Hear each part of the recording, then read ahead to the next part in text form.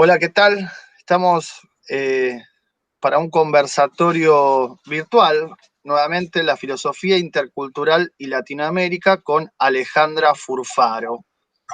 Este conversatorio lo hacemos en el marco de la materia Perspectiva Filosófico-Pedagógica 2 del Instituto de Formación Docente y Técnica número 24 de Bernal.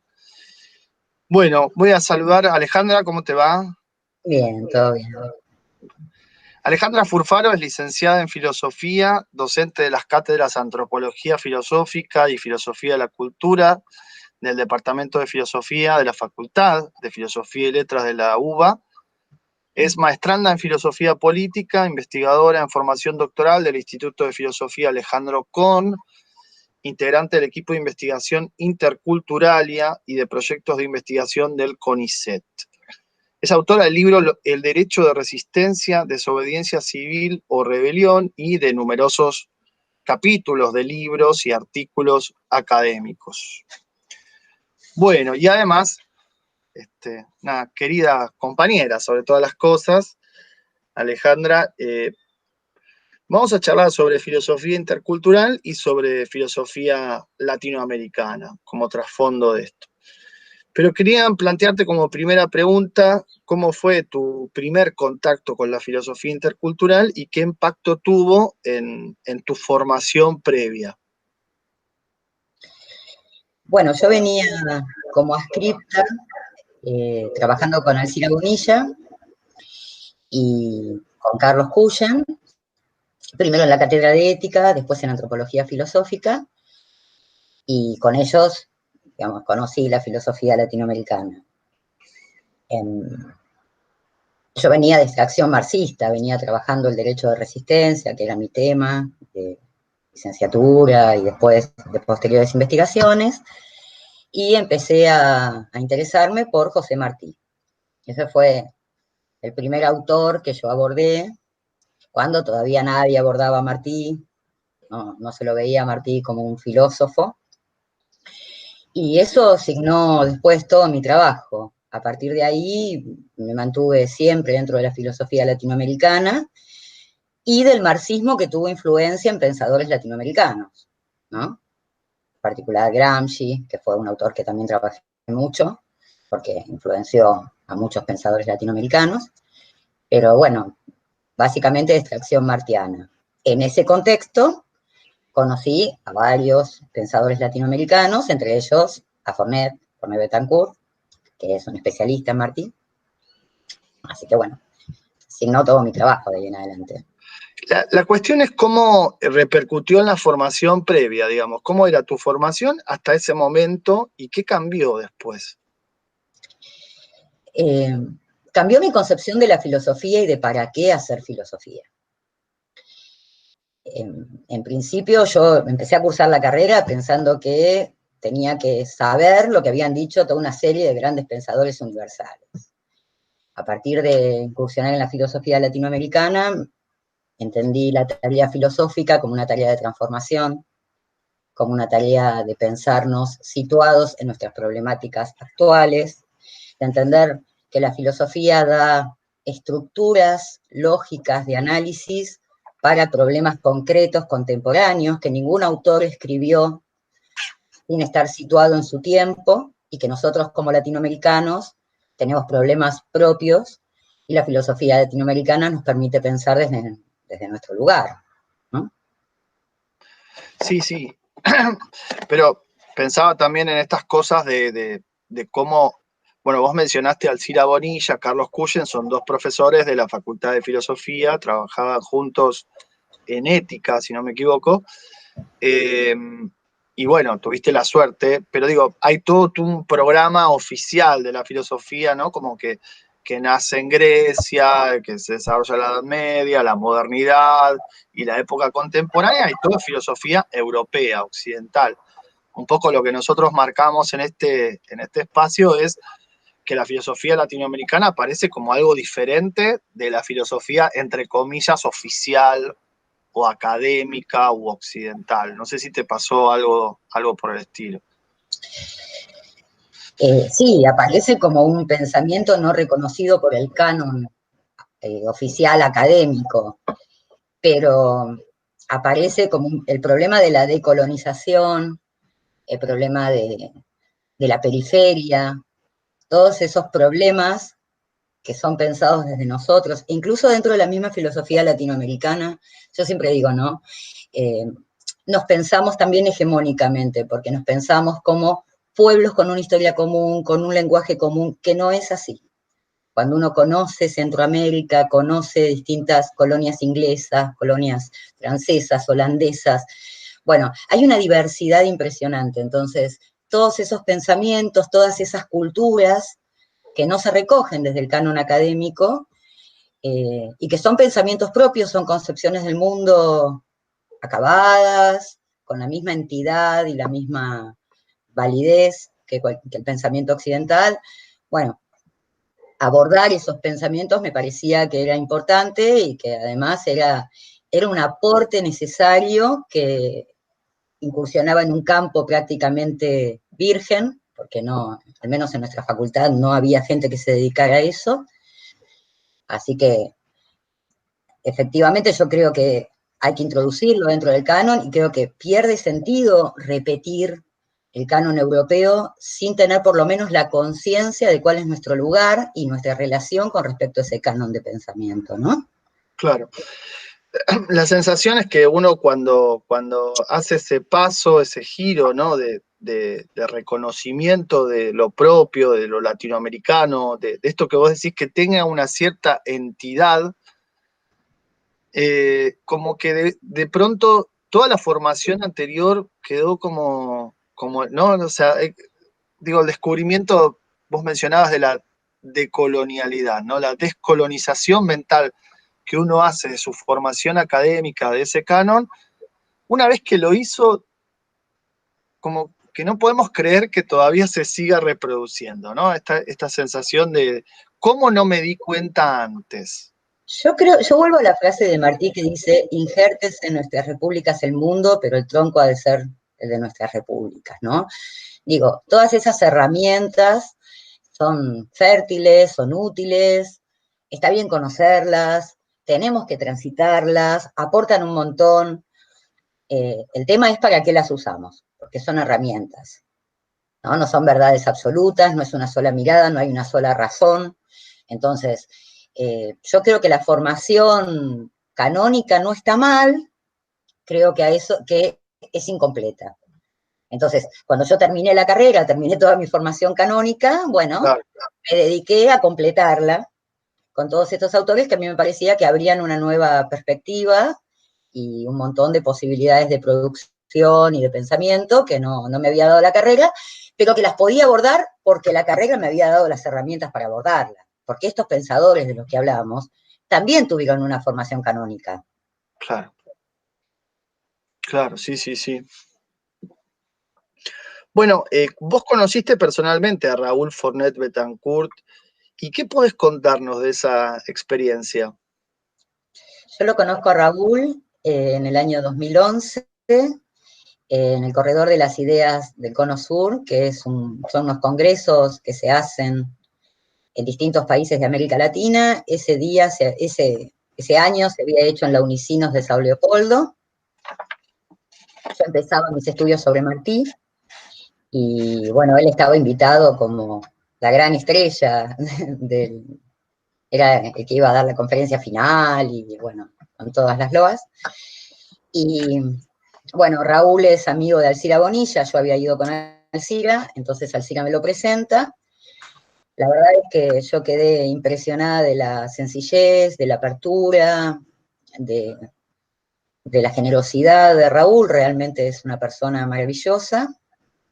Y a partir de ahí, bueno, mantuve correspondencia, lo vi otras veces que vino a Argentina, cada vez que vino a Argentina me encontré con él, incluso cuando yo empecé mis estudios doctorales, él se ofreció a dirigirlos, bueno, quedó algo ahí. Pero bueno, digamos, siempre tuve con él la posibilidad de consultarlo y además de confrontar interpretaciones distintas, ¿no? Porque Martí tiene distintos intérpretes, de los cuales uno es Raúl, que no necesariamente coincide con los otros. Yo siempre iba ahí hay muchos intérpretes de Martí, yo tuve la oportunidad de conocer a 3 grandes intérpretes de Martí. Uno fue Raúl Forné Betancourt, el otro fue Pablo Guadarrama, y el otro fue Fernández Retamar. 3 miradas distintas sobre Martí que a mí me enriquecieron un montón, entonces pude debatir con él lo que yo entendía de Martí con distintas miradas sobre la Revolución Cubana, porque yo me dediqué en particular a la Revolución Cubana, me dediqué a todo el proceso que va desde Martí hasta el Che Guevara, y todo el, qué tan martiano es el Che y qué tan martiana fue esa revolución. Entonces, todo ese proceso, la verdad es que me enriqueció un montón poder hablar con Raúl. Bueno, así fue que lo conocí, y yo insisto, tenemos la posibilidad de hablar con grandes autores que están vivos, que podemos llamarlos y preguntarles y consultarlos. Entonces yo estimulo que nos pongamos en contacto con autores, grandes pensadores que tenemos en América Latina. Y bueno, aproveché esa oportunidad, por supuesto. Claro.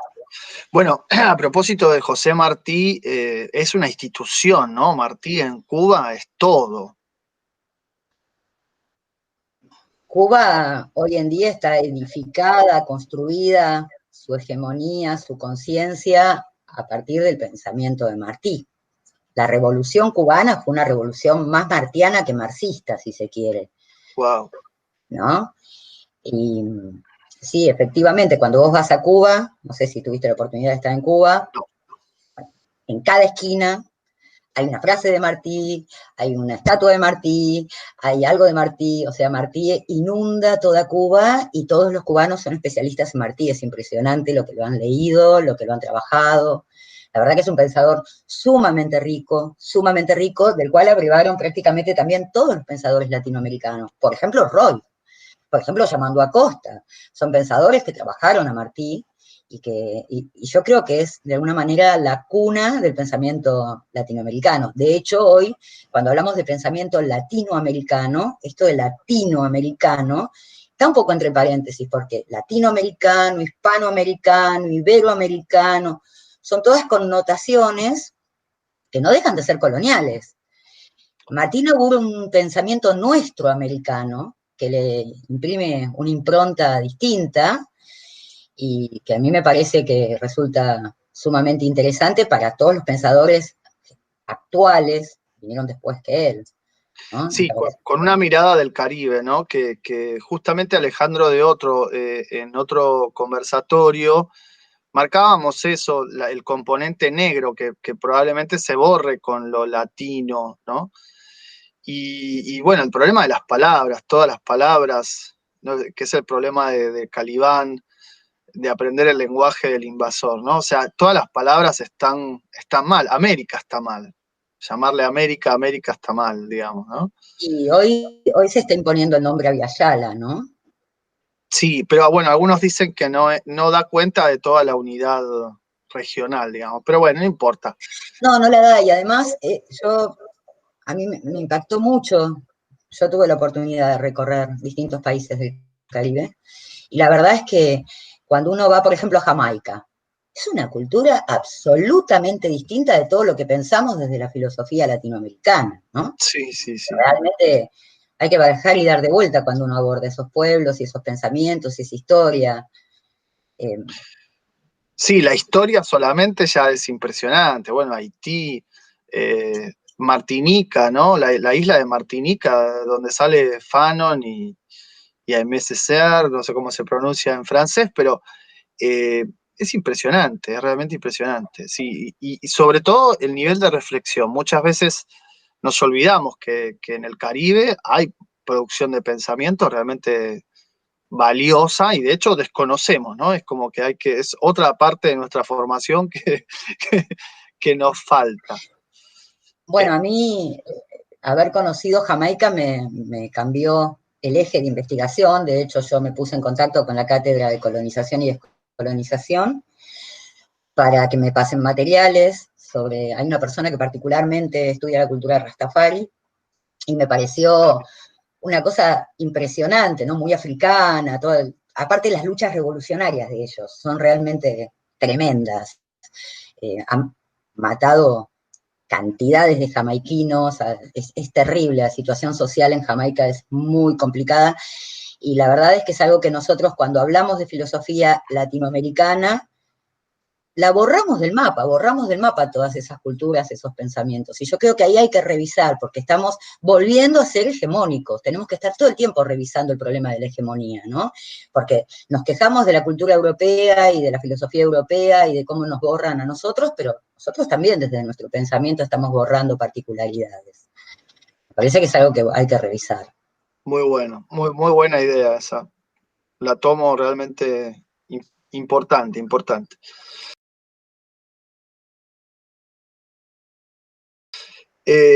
Bueno, ¿cuáles serían, según tu interpretación, los conceptos fundamentales que aporta la filosofía intercultural?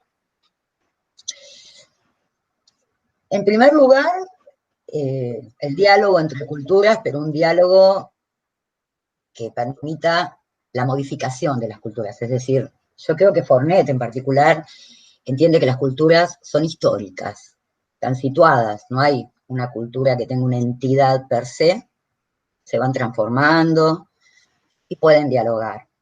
Esa es una de las cuestiones que a mí me parece fundamental, entender las posibilidades de modificación que tienen las culturas y además entender que el diálogo intercultural trae también aparejado el problema de la traducción. Es decir, cuando nosotros hablamos, por ejemplo, de educación bilingüe, hablamos todavía de un lenguaje hegemónico y, como agregado, las lenguas indígenas y demás, ¿no? Entonces, me parece que el problema de la traducción a lenguajes hegemónicos es algo que también se reflexiona desde la filosofía intercultural.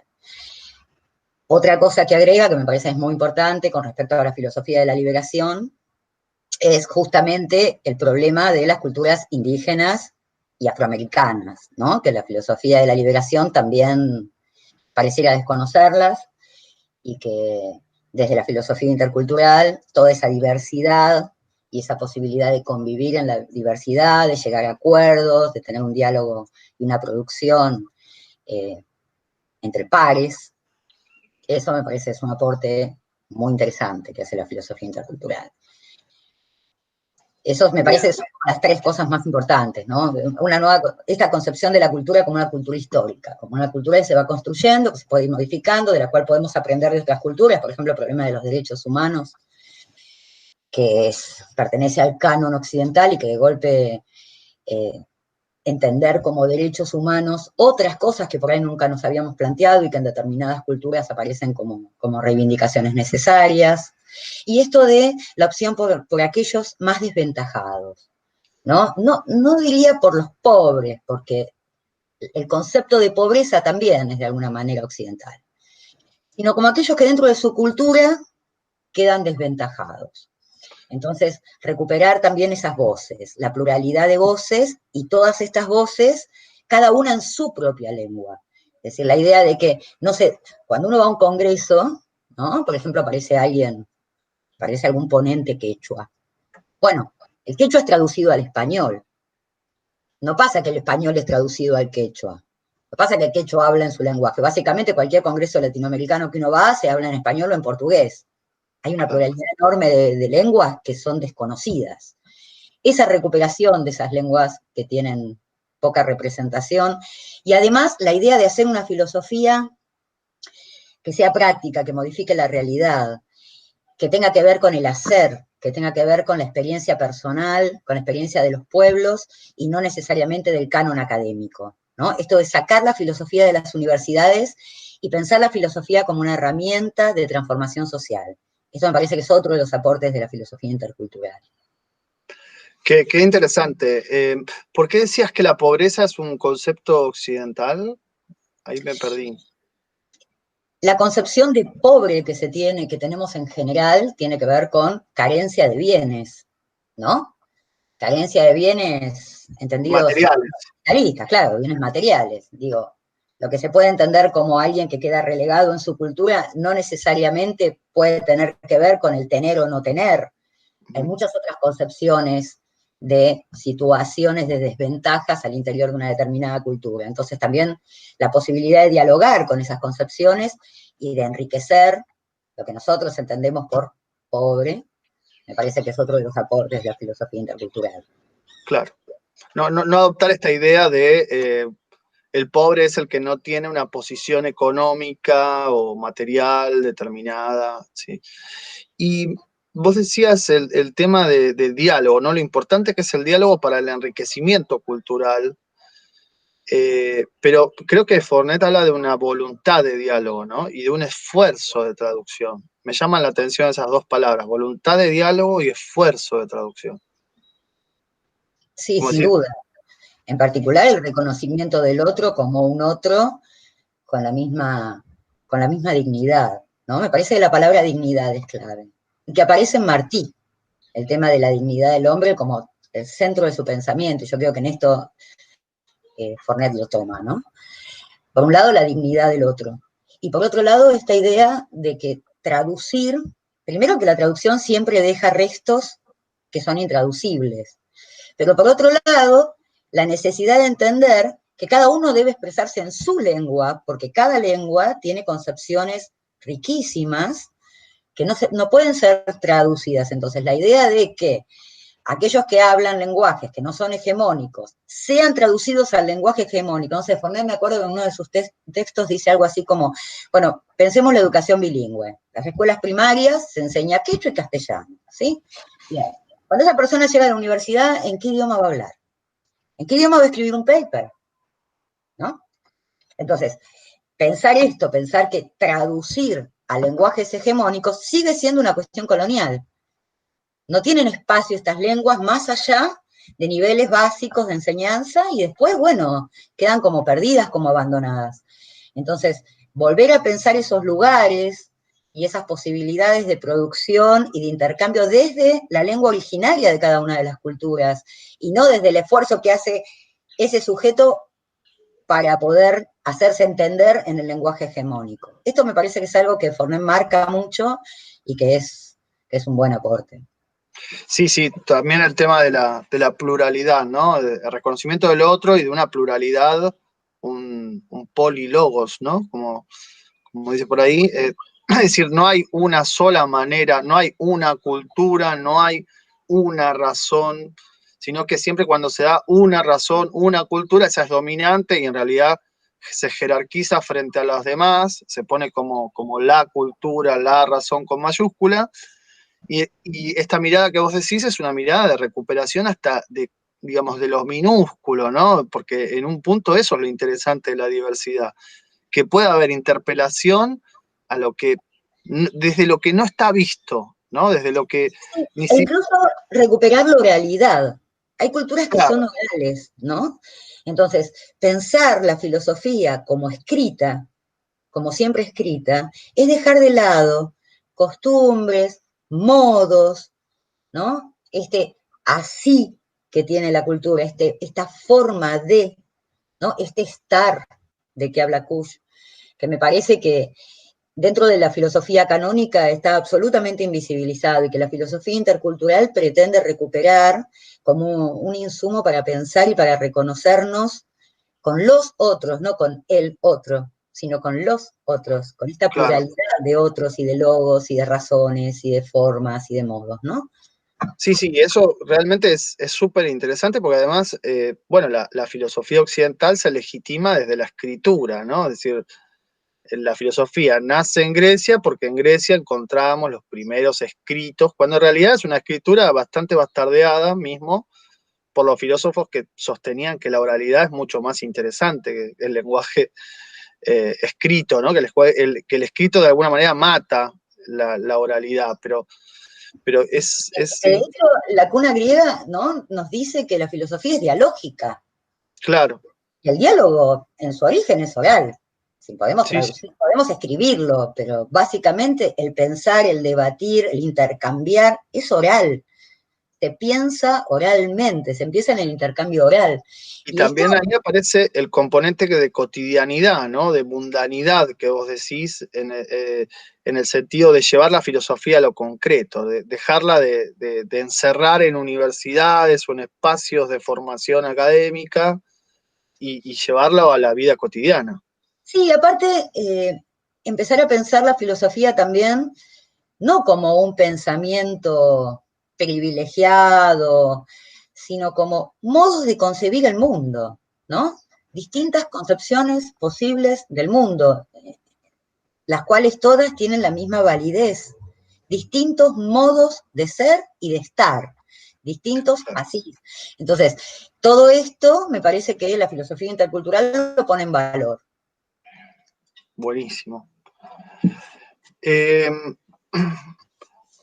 ¿En cuáles aspectos ha cambiado, evolucionado, o se ha complejizado, o ha variado, o se ha matizado la filosofía intercultural desde sus comienzos en los 90 a la actualidad?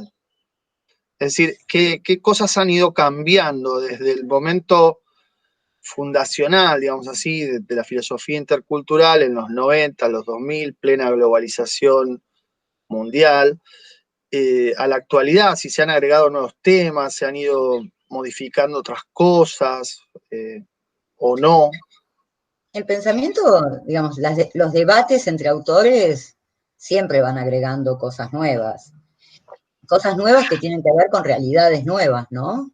Yo creo que de los 90 ahora el mundo cambió un montón, las experiencias latinoamericanas, los gobiernos latinoamericanos que han restituido derechos, el surgimiento de minorías que han conseguido en sus luchas derechos, la aparición de la UNASUR, un mundo multilateral, digamos, todas estas cosas son insumos para que la filosofía intercultural produzca, por supuesto. Yo creo que en la misma clave, o sea, en sus fundamentos, no sé si hay una gran variación.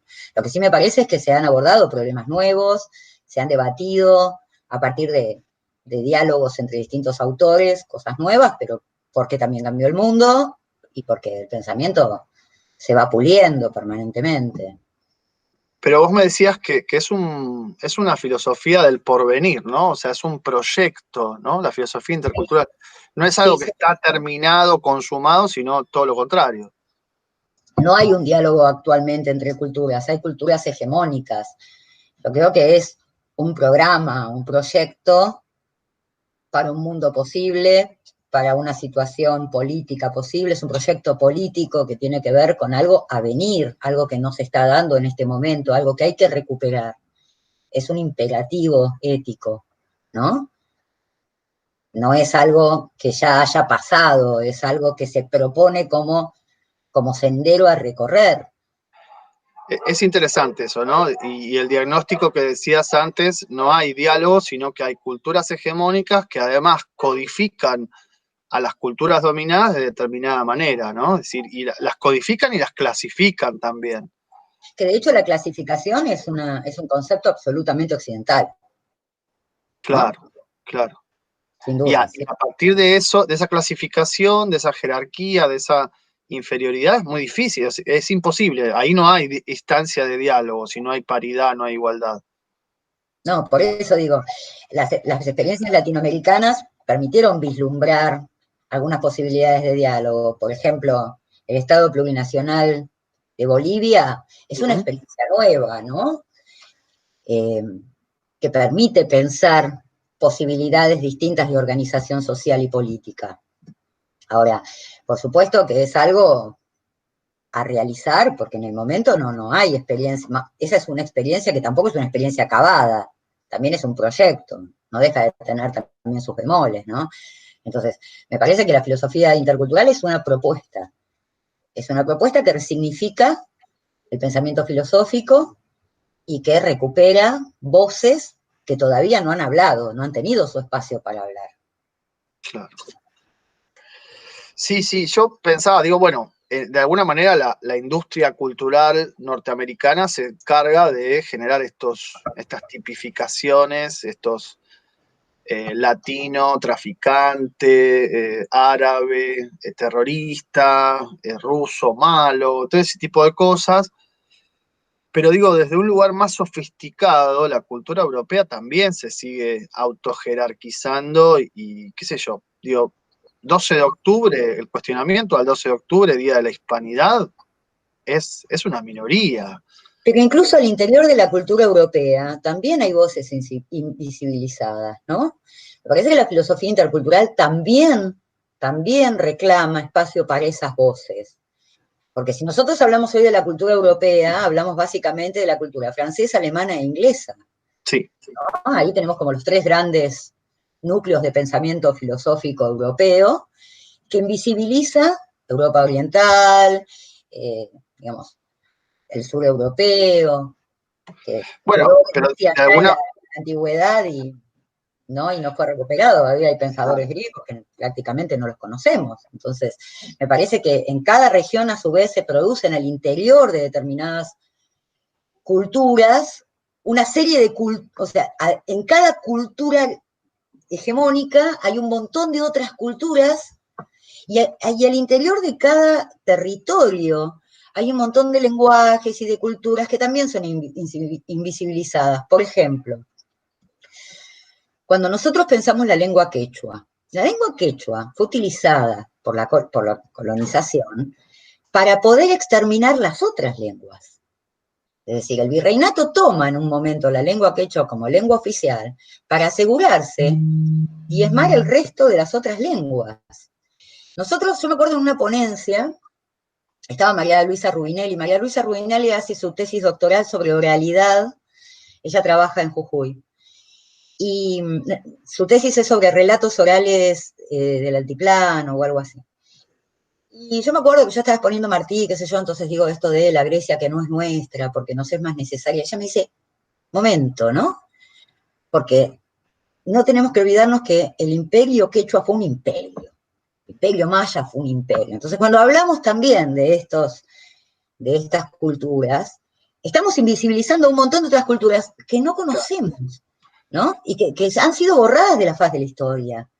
Y que también hay que recuperar, y que quedan en los relatos orales de aquel, ¿no? Como dice Kush, ese viejo que recuerda de sus ancestros, ¿no? Bueno, la recuperación de todas esas historias que permiten también delimitar o comprender, no delimitar, porque eso pone límite, que es algo que va en contra de la filosofía intercultural, poner límites, pero justamente poder hurgar y recuperar todos esos modos de vida y de comprender el mundo que han sido invisibilizados también por aquellos que nosotros desde la cultura hegemónica invisibilizamos a su vez. claro. Sí, sí, sí. Sí, de hecho, bueno, en el caso del quechua hay muchas variaciones, ¿no? Desde lo que es hoy Ecuador hasta el norte argentino, es una lengua que tiene muchísimas variaciones. Lo mismo pasa con los mayas. Si bien están en distintos lugares, las variaciones que tiene el idioma maya o las distintas formas de lenguas mayas son, no sé, creo que como 40 más o menos. Lo que pasa es que, claro, se fueron reduciendo, exterminando, esa heterogeneidad se fue homogeneizando a la fuerza, ¿no? También.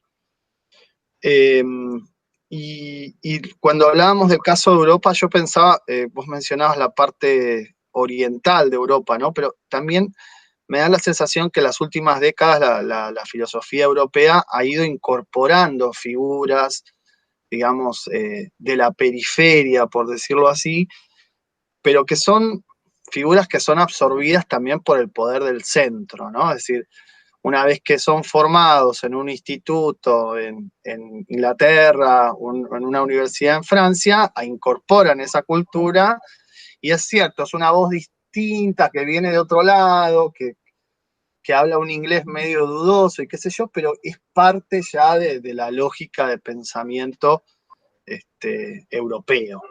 Entonces ahí es como que no se da ese diálogo o esa heterogeneidad que estamos hablando acá. Sí, sí, totalmente de acuerdo, sí.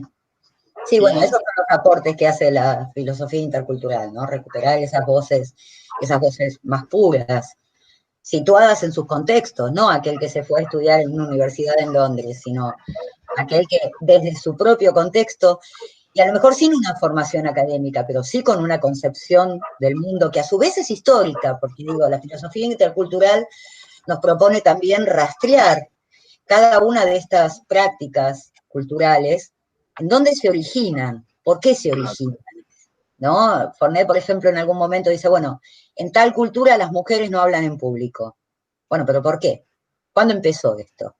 Tenemos que hacer también un rastreo al interior de cada una de estas culturas para ver por qué esas prácticas, de dónde surgen, esta historización, ¿no? De las distintas concepciones del mundo, comprenderlas situadas, comprenderlas en sus transformaciones y a su vez abrirlas al diálogo, ¿no? Sí, sí, sí. Sí, también quizás estaba pensando el mismo Fornet Betancourt, ¿no? Que él se va de Cuba bastante joven, ¿no? Está bien. Sí. Y se radica en Alemania, hace muchos años que está en Alemania viviendo. Él en realidad se va de Cuba a Puerto Rico en plena revolución, es del grupo de chicos que salen de Cuba y se estudia en Puerto Rico, y de Puerto Rico se va a Alemania, o sea que él durante la revolución estuvo estudiando fuera de Cuba su colegio, digamos, hizo su colegio afuera. Claro. Pero quiero decir, y en Alemania, cuando desarrolla toda esta idea de la filosofía intercultural, sus publicaciones están en castellano también. Sí. No están en alemán. O sí están en alemán, pero están en castellano también. Sí, en español, sí. Eso es un acto extraño, digamos, y de Y además defensa. del Instituto de América Latina, ¿no? Claro, claro. Sí. Y después lo otro que pensaba es que también es importante subrayar la cuestión del aprendizaje, ¿no? Esta idea del diálogo tiene que ver con el aprendizaje del otro.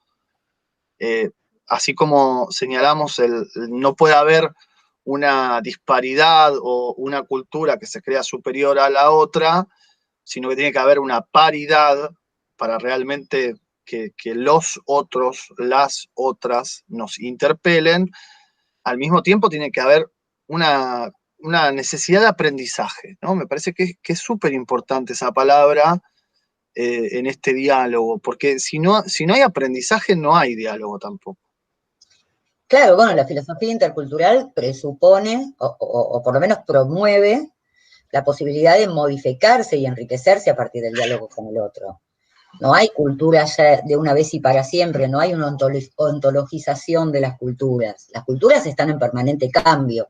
El diálogo con el otro nos permite también modificar y perfeccionar y mejorar nuestra concepción del mundo. Y yo creo que eso es el aporte más importante, porque si no sería una especie de raconto de todas las culturas posibles. Pero acá se habla de una modificación, ¿no? De que nos podamos modificar dialogando con el otro, que podamos aprender del otro y enriquecernos.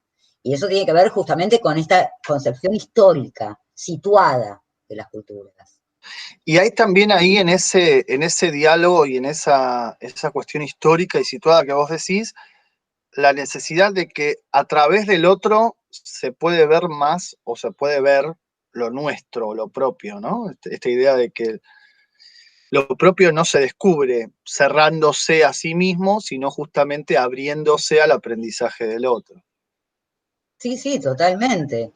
E incluso ver las falencias de ciertos conceptos que nosotros tenemos, que creemos que están acabados o que son, digamos, y que en el diálogo con el otro nos damos cuenta de la cantidad de lo diverso que se puede, de los diversos lugares desde donde se puede abordar ese concepto y de la pluralidad de sentidos que puede tener, o la pluralidad de abordajes, o la pluralidad de experiencias a partir de las cuales pensar ese concepto. Por supuesto, la filosofía intercultural lo que pretende es un enriquecimiento de las culturas a partir del diálogo con el otro, no un conocimiento del otro, sino una modificación también de uno en esa apertura al diálogo.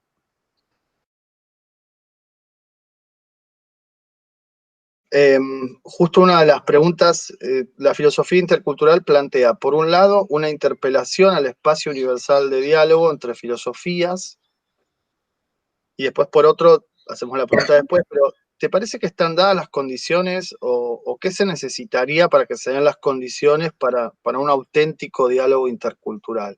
Claramente ya no te parece que estén dadas las condiciones. ¿Y qué se necesitaría para que haya realmente un diálogo intercultural? Y sobre todo para que sea auténtico, en el sentido de que no quede ese diálogo como un, bueno, pintemos un poco de diversidad para mostrar cuán, no pienso, desde una posición central aparece esta cuestión de démosle un poco de color, de diversidad, como si fuera una colección, un museo, ¿no? Para mostrar que somos abiertos al mundo, que les damos un lugar, y no, realmente no hay ahí una actitud de aprendizaje, sino como de exhibición, y de exhibición además desde un lugar de no interpelación, ¿no? Como si te lo muestro, como en otro tiempo se llevaba a un miembro de pueblos originarios como para mostrar al salvaje, ¿no? En su estado puro. Temo que pueda pasar algo de eso. Pasa eso. Yo creo que un lugar posible es donde escuchar a los otros, es foros internacionales donde haya una auténtica representación de países periféricos, ¿no? Representación al interior de esos países periféricos en lugares parlamentarios o de toma de decisiones. Me parece que ahí hay que democratizar la toma de decisión al interior de cada una de las comunidades y también a nivel internacional, ¿no? No aparecen distintas voces en los grandes organismos internacionales. Quizás hubo algo de esto hace unos años, hubo como una intención de pluralizar un poco, pero mientras ciertos países tengan poder de veto, ¿no? Mientras no se democratice el mundo realmente, es bastante difícil, por más que se escuchen las voces, que esas voces tengan una relevancia que pueda modificar el estado de cosas, que me parece que ese es el punto, ¿no? Hasta dónde se modifica el estado de cosas. Creo ¿Y a nivel que académico te parece que es más factible que se genere este diálogo intercultural? a nivel académico me parece que ahí hay como dos cosas. Por un lado, ver si lo académico es tan relevante como para que sea el lugar donde se tenga que dar el diálogo, digamos. Mientras sigamos pensando que la referencia es la academia, yo te contaba recién el caso de Temuco, de Ricardo Salas Astraín, que está haciendo una universidad mapuche en el sur de Chile, y las dificultades que tenía para, por ejemplo, tener titulares de cátedra que eran indígenas, ¿no? Entonces, ¿cómo buscar méritos equivalentes que permitieran que un titular de cátedra sea en realidad un indio, ¿no? O sea, un mapuche. Entonces, ¿qué hacemos? Traducimos estas culturas a los cánones académicos para que sean hegemónicamente aceptables, o directamente rompemos el esquema, es decir, digamos, yo no tengo la respuesta, si no sería una enorme pensadora, pero, pero digo, me parece que son cosas para pensar, si realmente es la academia el único lugar desde donde se hace filosofía, y si es la filosofía académica la única que merece el nombre de filosofía, o si no, o si en realidad la filosofía es, como dice Gramsci, cualquier forma de concebir el mundo es filosófica, es una forma de filosofía. Entonces, bueno, capaz que aquellos que estamos en el ámbito académico tendremos que dar el paso de reivindicar otros pensamientos con la misma validez que los pergaminos académicos, ¿no? Me parece que ahí hay un trabajo a hacer al interior de la academia para que la academia salga de ese lugar hegemónico y recupere voces y que también se recuperen otros espacios de producción que no son necesariamente académicos. Como decíamos, la filosofía latinoamericana a partir del ensayo, ¿no? La escritura del ensayo. Bueno, ¿es filosofía? ¿No es filosofía? Bueno, tenemos que reconocer otras formas de escribir, y tenemos que reconocer otras formas de pensar, y tenemos que reconocer otras formas de legitimación, que no necesariamente sea la académica. En la Claro. medida que sigamos pensando que pasa por ahí, ¿viste? Vamos a desconocer. Pero sabemos que la academia es muy celosa de su propio poder, ¿no? O sea, ya pensaba, digo, salvando las diferencias con lo que vos contás del caso de Chile, de Ricardo Salas, bueno, acá hubo también un recelo muy fuerte cuando se fueron fundando distintas universidades nacionales en el conurbano, y de golpe las universidades históricas sentían como que les estaban robando espacio, no digo, desde ese lugar. Y después también histórico, esta cosa de la crítica, pero no es solo en filosofía, también pasa en historia, pasa en otras disciplinas, en ciencias, la crítica a los divulgadores, ¿no? Es decir, el divulgador es una mala palabra, el que enseña, el docente es un, no sé, alguien que se dedica a la docencia porque no sirve para otra cosa, ¿no? O sea, hay como una idea de devaluación interna, me mirás como si no, pero gremialmente hay No una... coincido, pero bueno, No, yo, claro, pero no quiero que vos coincidas, yo tampoco coincido lo que te pregunto si te parece que hay dentro de la academia ese tipo de legitimaciones o diferenciaciones, como decir, bueno, yo una creo que, cosa es hacer esto y otra cosa es hacer lo otro. yo De creo la que la misma manera como hay academia, también, perdón, una gran crítica hacia la traducción, por ejemplo, ¿no? Siempre, el traductor siempre traduce mal. Y la cuestión es, el traductor hace lo que puede, con lo que puede. Digo, no, nadie yo se anima creo, a traducir grandes obras, pero porque sabemos que traducir es enfrentarse a un infinito terrible, hostigante, pero es más fácil criticar y decir, ah, no, eso está mal, ¿no? Me parece que es una actitud en parte un poco mezquina también. yo creo que, bueno, la universidad es cuestionada por casi todos los autores latinoamericanos, ¿no? En primer lugar. En segundo lugar, me parece que en los últimos tiempos hubo dentro de la universidad una recuperación de lo que son las tres patas de la universidad, que una es la académica, la otra es la investigación, y la tercera, que es la extensión. La extensión universitaria, que hasta hace muy poco era como la hija pobre, digamos, ¿no? Hacer extensión era como desprestigiable, algo que no daba prestigio. Bueno, yo creo que hay toda una recuperación en eso, ¿no? Y me parece que en particular al interior de la facultad se está haciendo un trabajo bastante importante para recuperar la extensión universitaria, que es sacar la universidad a la calle y tratar de, desde producciones que se hacen al interior de la universidad, aprender de la calle. Porque cuando sacamos la universidad de la calle no vamos nada más que a colaborar o aportar, vamos a nutrirnos y aprender. En particular, bueno, en la facultad hay todo un proyecto que se puso en marcha, que son las prácticas socioeducativas territorializadas, en las cuales los estudiantes salen a la calle a aprender de otros saberes. Eso me parece que ese diálogo, que además hay un movimiento muy fuerte en toda América Latina con el tema de la extensión, hay congresos de extensión universitaria, hay nuevos haceres en la extensión, me parece que es algo que se está quizás de una manera más callada, quizás sin que se vea tanto todavía, pero se va avanzando en ese territorio de la extensión. Eso me parece que es una herramienta interesante. Y con respecto a la traducción, insisto en esto de la traducción no necesariamente al lenguaje hegemónico, porque lo que suele ocurrir es que cuando se traduce al lenguaje académico. Y el lenguaje académico es el lenguaje oficial, la lengua oficial. Estas lenguas oficiales son lenguas coloniales, ¿no? Son lenguas que han colonizado.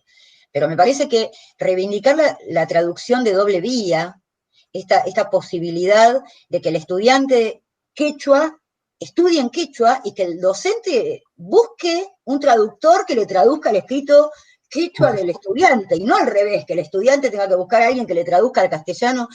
Digo, esta y de vuelta también es algo que desde la interculturalidad se plantea como fundamental, ¿no? Digo, traducir, está bien, está mal, bueno, en realidad no sé si es completamente traducible todo, porque la polilogia de algunos términos son intraducibles, pero justamente por esa intraducibilidad que tienen esos términos, es necesario que la traducción sea de doble vía. Claro. Porque si no, los castramos esos términos, directamente los circunscribimos a la palabra por la cual se traduce, ¿no? Y a mí me parece que hay todo un problema. Entonces, por un lado, la crítica de qué es lo que enseñamos en la universidad, ¿no? Esto lo plantea toda la filosofía latinoamericana. No solo la filosofía latinoamericana, lo plantea Gramsci. Cuando Gramsci dice, bueno, ¿qué estudiamos en la universidad? Enseñamos, por ejemplo, a labrar la tierra, a trabajar, a ser útil a la comunidad, a generar riqueza. ¿Qué enseñamos en la universidad? ¿No? Por un lado esto, ¿qué autores enseñamos en la universidad? ¿Por qué hacemos ese recorte y no otro? Digo, desde que yo estudiaba hasta ahora, que estoy, digamos, del otro lado del mostrador, esto ha cambiado un montón. Entonces yo soy relativamente optimista, porque digo, si en tan pocos años realmente lo que era impensable, yo nunca estudié a un autor latinoamericano mientras...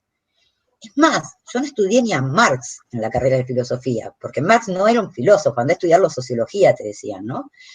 Y de golpe, bueno, que hayan entrado ciertos autores, que hayan aparecido grupos de investigación, que se haya tematizado determinadas cuestiones. Me parece que ha sido en los últimos años una verdadera transformación llevada de la mano de determinadas personas que se pusieron al hombro a abrir camino para estos nuevos pensamientos. Y bueno, es una tarea que está formando escuela. Hoy Qué tenemos un... bueno, qué bueno lo que marcás, primero por varias cosas. Primero porque para romper un poco esta cosa de, ay, las instituciones son así, siempre fueron así, y no. No, las instituciones también son qué hacemos nosotros con las instituciones, si podemos ocuparlas, si podemos transformarlas, si podemos presionarlas, ¿no? Digo, hay un montón de cosas, no es simplemente la institución está terminada y punto. Que lo puedas ver, que lo puedas marcar, porque además yo en las clases siempre digo, bueno, todos estos temas en la carrera de filosofía no estaban, tendré que decir ahora por lo que vos me estás diciendo, eh, y también que marques el tema de, bueno, cómo estas transformaciones muchas veces implican que determinadas personas las encarnen, las lleven adelante, las defiendan, y si no, no se darían, ¿no? Ese es el punto. Y cuando vos mencionabas la otra cuestión del recorte, muchas veces el recorte con el tiempo se pasa como a sentar y se naturaliza que es así, que tal periodo va de tal autor a tal otro y punto, y no hay otra cosa, ¿no? Así como que se asienta eso y queda eso establecido como para siempre.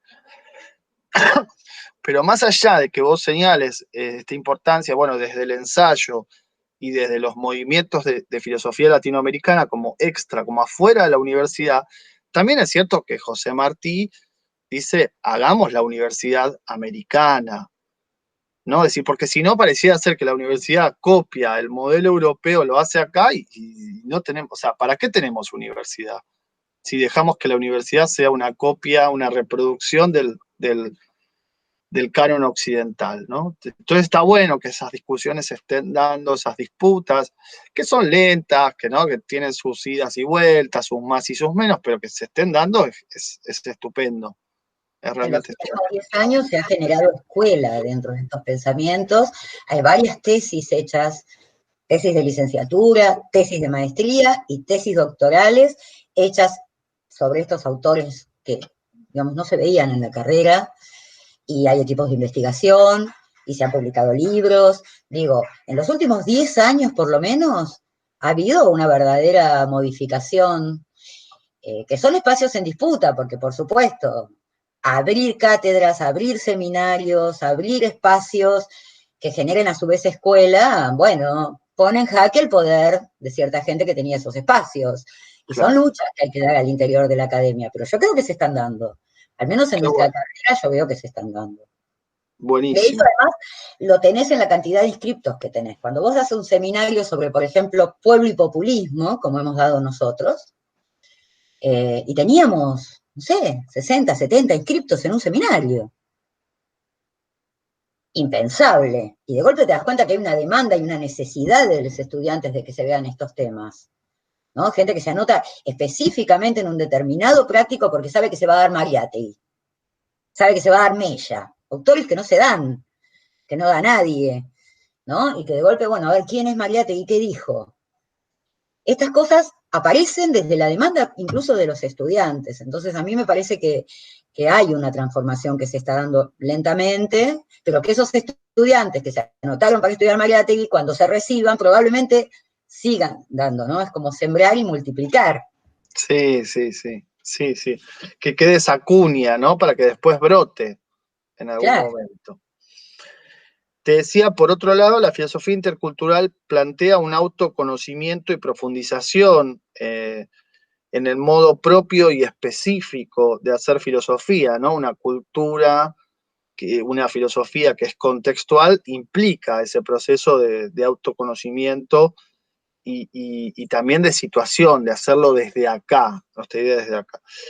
En este punto, ¿te parece que se ha profundizado suficientemente hacia adentro en la filosofía latinoamericana? ¿Y qué se podría hacer al respecto? Bueno, un poco lo que estábamos señalando, ¿no? Estos espacios en disputa, pero ¿qué otras cosas te parece que se podrían pensar, hacer para que estos espacios ganen mayor densidad o expresión o lo que sea? Mm. No sé qué se podría hacer, sé lo que estamos haciendo desde Interculturalia, por ejemplo, se establece un diálogo entre distintos autores. Yo te decía que yo desde ese equipo de investigación tuve la posibilidad de conocer a grandes pensadores, que he tenido el lujo de tenerlos sentados ahí para preguntarles, para interrogarlos. Me parece que esto tiende puentes y permite generar también diálogo entre los respectivos equipos de investigación, ¿no? Las publicaciones en conjunto. Nosotros vamos recorriendo un camino, yo no sé si ese es el único camino. Yo te digo, a lo largo de estos 10 años nosotros hemos hecho bastante. Dentro de eso logramos imponer como una corriente dentro de la filosofía en un departamento bastante conservador. Logramos imponer esto y logramos espacios que se mantienen a lo largo de los años. No sé qué más se puede hacer, la verdad. Sé lo que estamos haciendo nosotros y que nos está dando resultado. Sé que eso no Esta se ha... charla está pensada para, perdón, sí, buenísimo.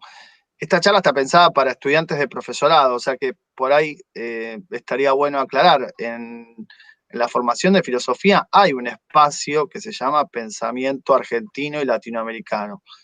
Sin embargo, no es un espacio donde se pueda profundizar en estos temas. No, ya es todo un tema ya llamarlo pensamiento, ¿no? Yo creo que ahí hay que trabajar sobre ese nombre y poder reconocer la condición de filosofía de estos pensamientos. Eso por un lado.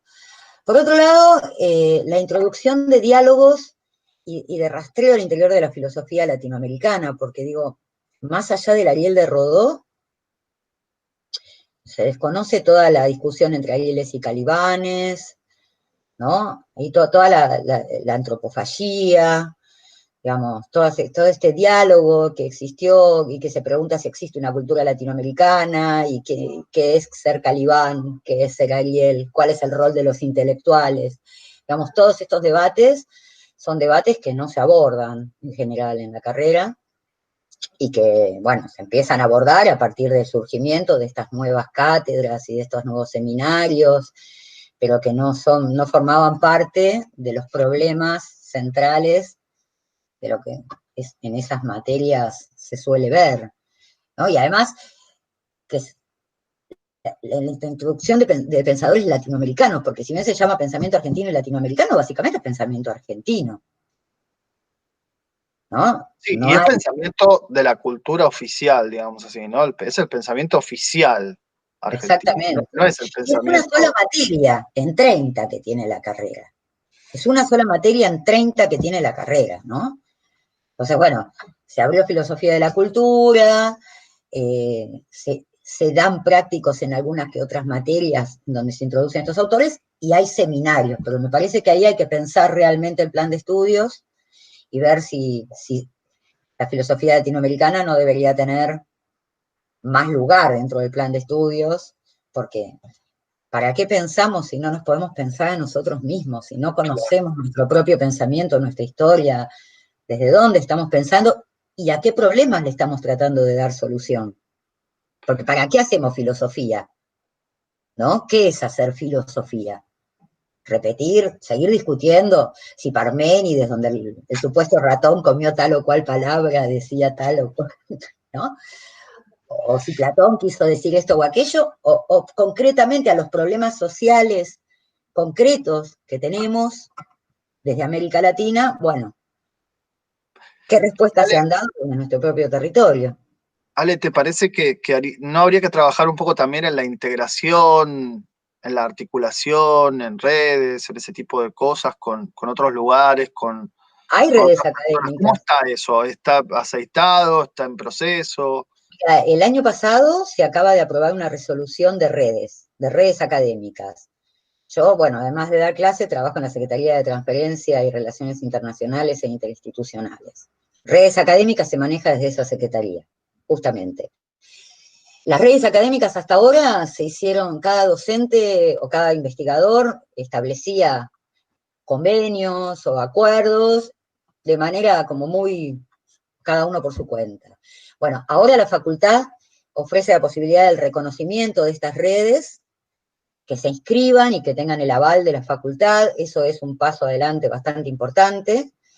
Así que eso es algo muy nuevo, porque se aprobó el año pasado la resolución de redes, pero que se está estableciendo, es algo que se está pensando. Equipos de investigación interdisciplinarios y en particular con pensadores latinoamericanos, ¿no? Con gente de América Latina. Eso está en proyecto, todavía no está todo puesto, digamos, si vos, no está andando, porque bueno, nos agarró la pandemia y qué sé yo, pero venimos trabajando en eso hace un par de años y logramos que se apruebe esa resolución, es una de las cosas que estamos estableciendo en la facultad.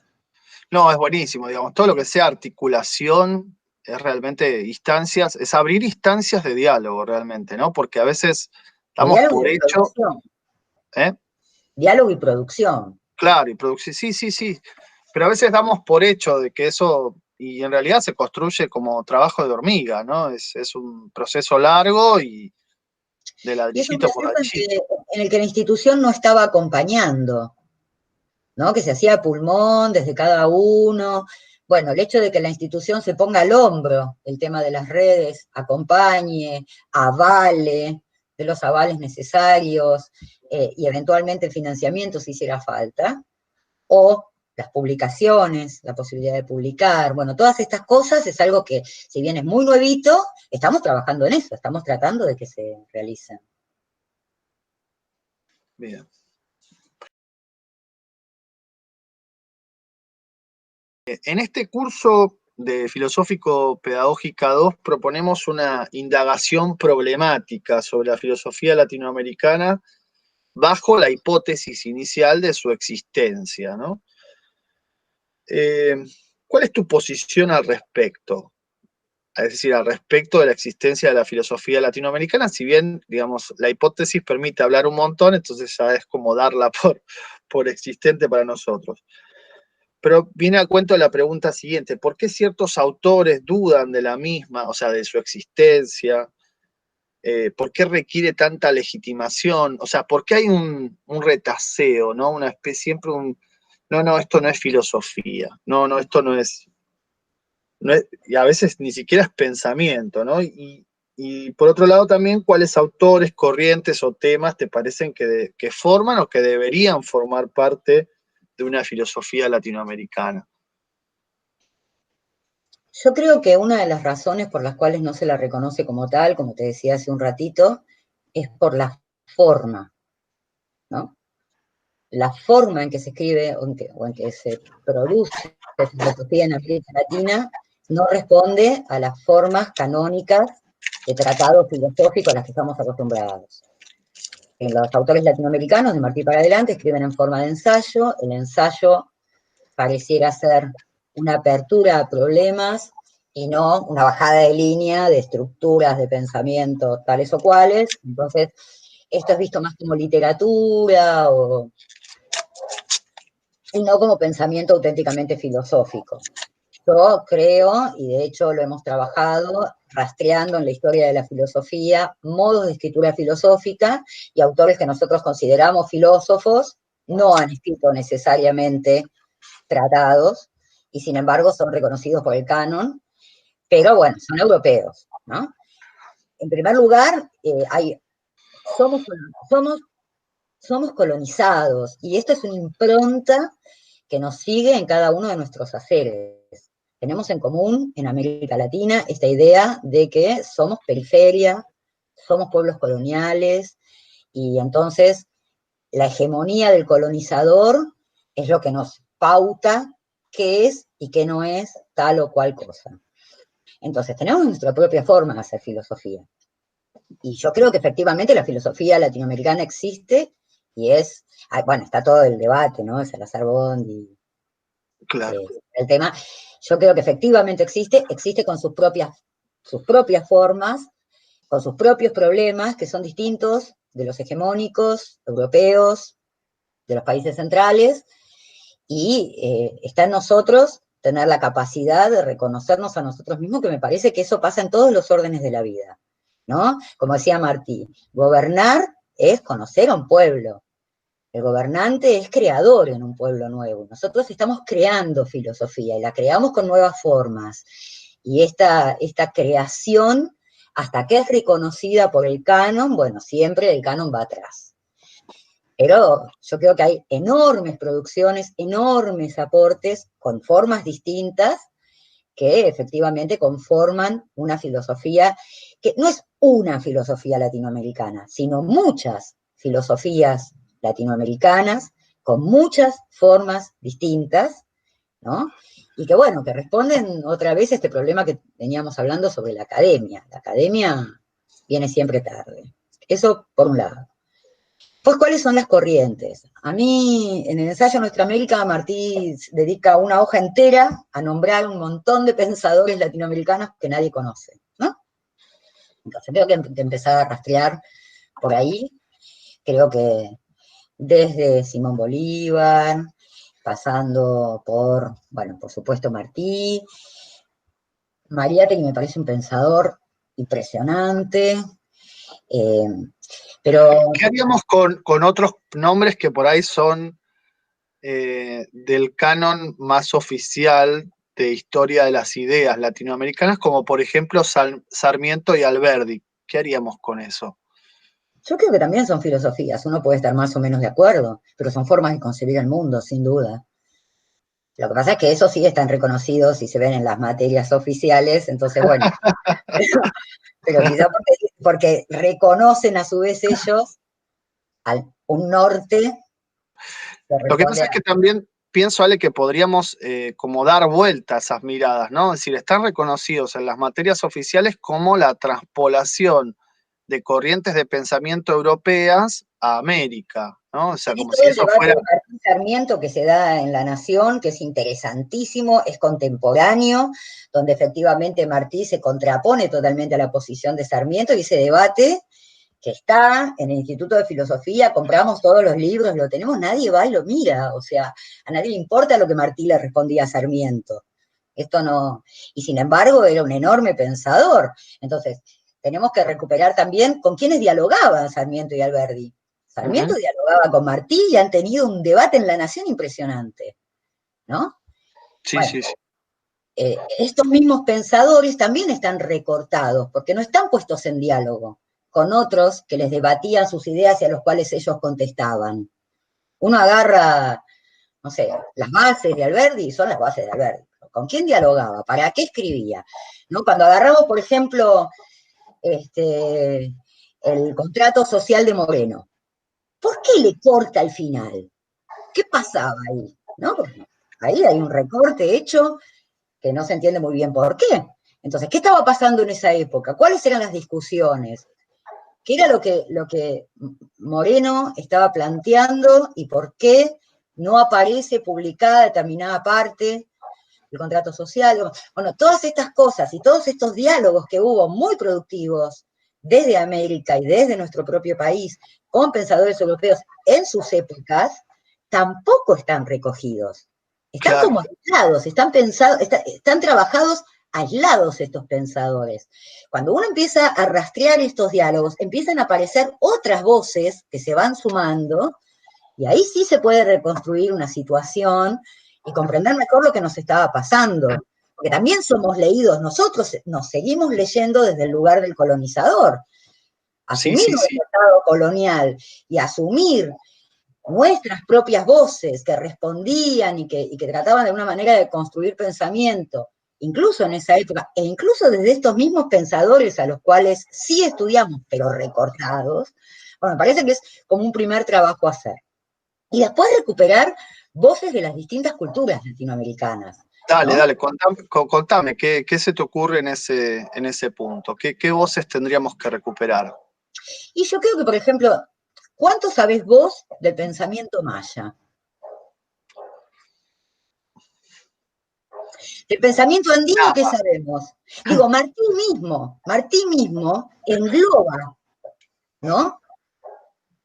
Y digamos, víctima de él mismo, de la imposibilidad que había en ese momento de conocerlo todo, por supuesto. O sea, era una época en la que...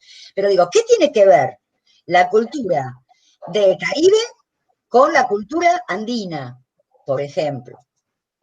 ¿No? Es decir, seguimos homogeneizando voces. Y esto es lo que me parece que hay que empezar a rastrear, empezar a ver a su vez en estas voces que están silenciadas, pero que a su vez eran hegemónicas en su época, a su interior empezar a rastrear también los diálogos que hubo ahí adentro. Entonces hay que hacer un camino genealógico, ¿no? De reconstruir todos esos... Sí, sí, pero también, digamos, estamos completamente de acuerdo y sí, la verdad es que lo que siempre lo que uno conoce es poco y nada, ¿no? O superficial, si vos querés. Pero también entiendo que hay como una necesidad de unir, ¿no? Es decir, Latinoamérica y ya en nuestra América es un lugar débil, es un lugar periférico, es un lugar subordinado. Hoy en día podemos decir es un lugar que a muchas potencias les puede servir por recursos naturales, por espacio, por miles de motivos geopolíticos y demás. Y uno, igual que Bolívar, igual que San Martín, igual que José Martí, siente la necesidad de una unidad latinoamericana, ¿no? O nuestroamericana, como se quiera. O Sí, pero de, es una unidad en la diversidad, y ahí hay sí, todo sí, un tema, ¿no? Porque cuando decimos la unidad latinoamericana, también estamos como homogeneizando voces. Y a mí me parece que eso es un problema. Y es más, insisto mucho yo sobre el tema de latinoamericana, me parece horrible esa palabra, porque nuestras lenguas no son latinas. La verdad es que se ha homogeneizado las lenguas latinas como lenguas oficiales, pero no es Latinoamérica. Y tampoco es una América mestiza, que esta es otra cuestión que recupera la filosofía intercultural, ¿no? Eh, y que Martí lo veía como, hablaba de América mestiza, pero Fornet llama la atención sobre este punto del mestizaje que siempre remite al blanco colonizador que se mezcló con el indio y que por lo tanto, ¿no? Entonces, me parece que empezar a ver no solo la América mestiza, sino la América indígena y dentro de lo indígena la enorme diversidad de concepciones del mundo que hay, ¿no? Eh, a mí me parece que es un... Yo creo que desde donde más creativo es el pensamiento es desde el lugar de la resistencia. La resistencia produce pensamiento mucho más lúcido que la hegemonía. La hegemonía ya está realizada, digamos, de alguna forma. Pero es mucho más rico lo que se puede pensar desde los lugares periféricos, porque se piensa una transformación. Se piensa, ¿no? Entonces, transformar es mucho más rico que mantener el status quo. Entonces, me parece que hay que recuperar esas voces, que hay que empezar a investigar. Está en cada uno de nosotros y decir, bueno, ¿a qué me voy a dedicar a investigar? ¿Qué voy a investigar este año? ¿No? ¿Voy a seguir investigando a los autores canónicos? ¿O me voy a poner a investigar a un autor que no conoce nadie? ¿No?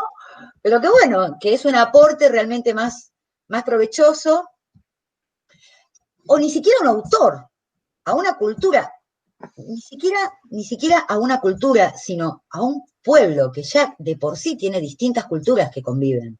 y tensiones también, ¿no?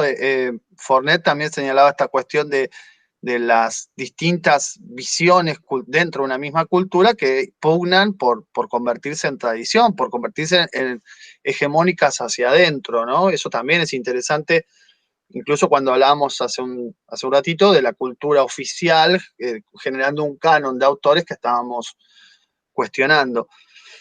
Eh, eh, Bueno, sí, hay mucho por aprender, hay mucho por descubrir. Vos mencionaste recién cierta incomodidad con el mestizaje, ¿no? ¿Por qué te parece tan incómodo el tema del mestizaje que surgió como una categoría, si querés, reconciliadora o reunidora de las diferencias?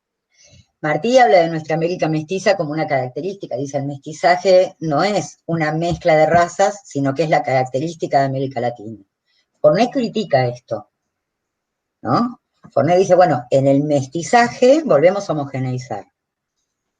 Son las diferentes voces que hay al interior de un pueblo plural, no necesariamente el mestizaje como una categoría englobadora de todas estas diferencias, sino las diferencias con valor en sí mismo. Esta es una de las cosas que plantea Fornet, ¿no?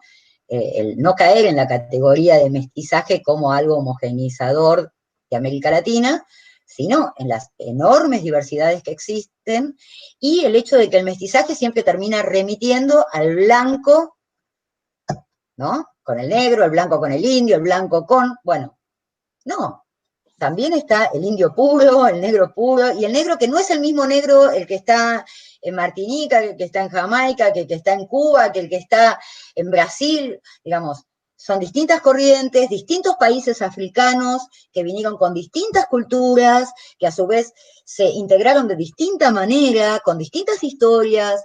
Bueno, nosotros hablamos de la cultura afroamericana, no es una.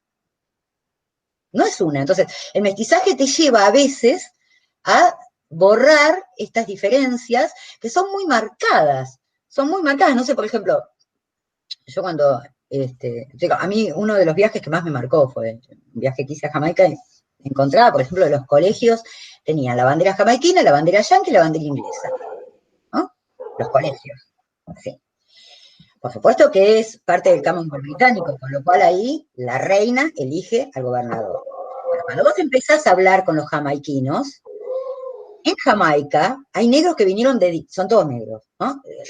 La enorme mayoría son todos, pero no vienen todos del mismo lugar, vienen de distintos pueblos africanos y con distintas culturas a su vez. Entonces, eso que uno dice, bueno, ya de por sí es algo que está fuera de lo que nosotros entendemos por la América mestiza, está totalmente, es una, digamos, una diversidad muy marcada. A su vez, al interior de ese mismo pueblo tenés otras diversidades. Digo, Claro. y entre ellos, incluso rechazos entre sí, porque, por ejemplo, la cultura Rastafari es absolutamente rechazada al interior de la misma Jamaica. Entonces, tenés un montón de diálogos interculturales. Entonces, la categoría de mestizo lo que lleva es un poco a invisibilizar, a hegemonizar estas diferencias que cuando uno va a verlas punto por punto, bueno, aparecen como grandes diversidades.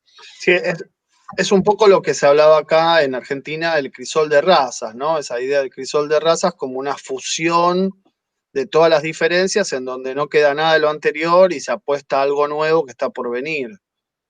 Claro, que a su vez ese crisol de razas, a mí la palabra raza no me gusta, ¿no? No, bueno, claro, es de otra época, estamos hablando de un siglo atrás, ¿no? Claro, pero exactamente, pareciera como que eso es ser argentino. La Argentina es el crisol de razas. No, no hay un ser argentino, ¿no? Hay muchas formas de ser argentino, si querés, americano o de Aviala, o como lo quieras llamar, ¿no? Y el otro tema es que el mestizaje trae conflicto, ¿no? O sea, parece que la figura del mestizo viene a reconciliar, pero el mestizo generalmente es una figura maldita, rechazada por los blancos, rechazada por los originarios, porque es, digamos, el explotador generalmente, o el entregador, es la maldición de Malinche, ¿no? O sea, tiene toda una serie de connotaciones medio complicadas el mestizaje que no, no son fáciles de sobrellevar, pero además, bueno, sí, ciertamente esta recuperación de las fuerzas, de las diferencias, de la heterogeneidad como un dato fuerte y que hay que pensar a pensar desde ahí y digamos, tratarnos de desarmar un poco, ¿no? De esta cuestión de la nación una que tenemos, ¿no? Esta idea de homogeneizar hacer una nación es hacer una. y no pensarlo de manera plural como efectivamente decías en el caso de Bolivia, ¿no? Y no asumirnos como una pluralidad de culturas. Eso es un mensaje muy, muy importante. Bueno, ¿te quedó algo más por decir, Ale? No. Bueno, quiero contarles además, bueno, ya a esta altura es un poco tarde, pero que Ale trabaja estos temas con un gran vivacidad, ¿no? En sus clases y eso empatiza mucho. Empatizamos también en otros temas, por supuesto, en Marx, en Gramsci, pero bueno, qué lindo que es poder tener estos espacios de diálogo. Te agradezco un montón que hayas aceptado. Yo te Y, agradezco a vos también que me hayas convocado. y bueno, nada, ojalá que podamos seguir con estos espacios no sé si en este formato, en otros o en cómo. Pero bueno, un placer, Ale, para mí un placer enorme y me encantó. Un montón de cosas para pensar nos quedaron. Igualmente, gracias, Mariana.